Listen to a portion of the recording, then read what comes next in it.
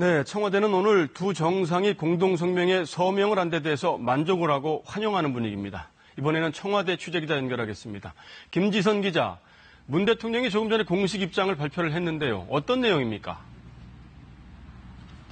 네, 문 대통령은 오늘 북미 간 합의, 센토사 합의는 지구상의 마지막 냉전을 해체한 세계사적 사건으로 기록될 것이라며 북미 회담 결과를 환영했습니다.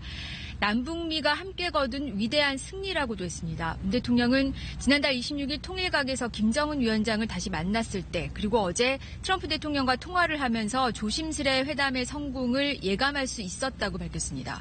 또 이번 합의가 온전히 이행되도록 미국과 북한, 국제사회와 협력하겠다며 특히 북한과 동행하겠다 이렇게 강조했습니다. 김의겸 청와대 대변인이 문 대통령의 입장문을 대독했습니다. 직접 들어보시겠습니다. 전쟁과 갈등의 어두운 시간을 뒤로하고 평화와 협력의 새 역사를 써갈 것입니다. 그 길에 북한과 동행할 것입니다. 예, 문 대통령은 오늘 합의가 이행이 되도록 국제사회와 협력을 하겠다 이런 말도 했는데요. 그 트럼프 대통령과 다시 전화통화를 할 가능성도 있는 거죠? 네, 그렇습니다. 조금 전 8시 20분부터 한미 정상이 통화를 하고 있습니다. 북미 회담 하루 전에도 통화를 했는데 끝난 뒤에도 다시 통화를 하면서 공조를 이어가는 모습입니다. 오늘 통화는 문 대통령 취임 이후 17번째 한미 정상 통화입니다.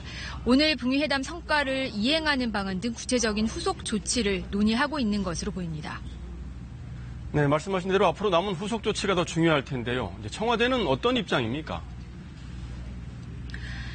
네, 문 대통령으로선 오늘 회담이 일단 잘 마무리가 되면서 한 단계 고비를 넘겼지만 앞으로의 더 중요한 역할이 남았다는 분석이 많습니다. 앞서 많이 지적하셨듯이 공동성명엔 미국이 요구해왔던 CVID가 명시돼 있지 않고 이 종전선언에 대한 내용도 담겨 있지 않습니다.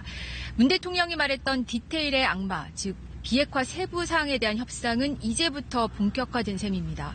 앞으로의 북미 간 협상 상황이 더 중요해졌고 또 그 과정에서 문 대통령의 중재 역할도 더 커질 것으로 보입니다.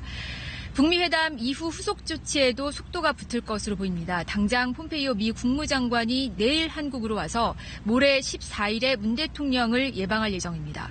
이 자리에서 문 대통령은 북미 회담 결과에 대한 폼페이오 장관의 자세한 설명을 듣고 한미 양국의 공조 방안도 논의할 예정이어서 문 대통령의 이후 행보에 관심이 쏠리고 있습니다. 지금까지 청와대에서 KBS 뉴스 김지선입니다.